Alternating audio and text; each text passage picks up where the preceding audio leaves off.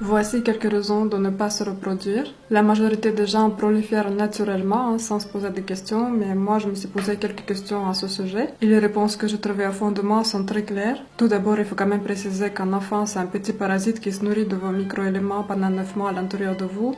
Il parasite votre utérus. Il donne des coups de pied, donc déjà là, on part sur de mauvaises bases parce qu'il n'y a plus aucun respect. Sachant que c'est une personne que je ne connais pas, je ne sais pas qui c'est, je ne connais pas ses projets, mais il se permet déjà à m'embêter dès le début. Ensuite, quand il sort, il demande à être nourri 10 fois par jour, il demande mon sang. Ce n'est même pas qu'il demande, il exige, puisque si vous ne lui donnez pas le sang, il va pousser des cris très stridents avec beaucoup de décibels qui sont nocifs pour les oreilles humaines. C'est d'ailleurs bien pour ça que tous les êtres humains, quand ils entendent des cris des enfants et des bébés, tout naturellement, ils s'en méfient, tout naturellement, ils veulent fuir l'espace. Puis ensuite, quand cette petite créature va commencer à grandir, il va falloir lui lire des livres pour les enfants, raconter une petite histoire avant qu'il s'endorme. Puis plus tard, il va falloir aussi faire le devoir, il faut tout faire pour lui, il faut vraiment l'assister dans toutes les tâches de la vie. À titre de comparaison, quand un sanglier procrée, le petit sanglion, il est déjà autonome, il peut tenir sur ses pattes, il peut participer à la recherche des grands. Et bien évidemment, le point le plus important, c'est qu'aussi un enfant, il faut tout lui acheter puisqu'il ne veut pas aller travailler. Il ne peut pas aller travailler d'abord parce que quand il sort, il ne peut pas marcher.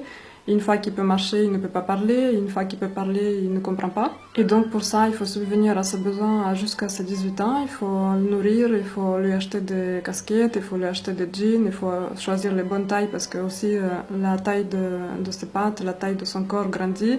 Donc il va toujours falloir choisir une taille au-dessus, au-dessus, au-dessus. Mais aussi vous aurez moins de temps pour faire du shopping pour vous, vous aurez moins de temps et moins d'argent, surtout moins d'argent parce que l'enfant c'est un gouffre financier. Il va exiger des cadeaux de Noël, un nouveau smartphone, alors que moi je préfère 1000 fois m'acheter des bijoux en or. Il ne faut pas avoir de culpabilité puisque cette personne je ne la connais pas, je ne connais pas ses ambitions, je ne connais pas son caractère.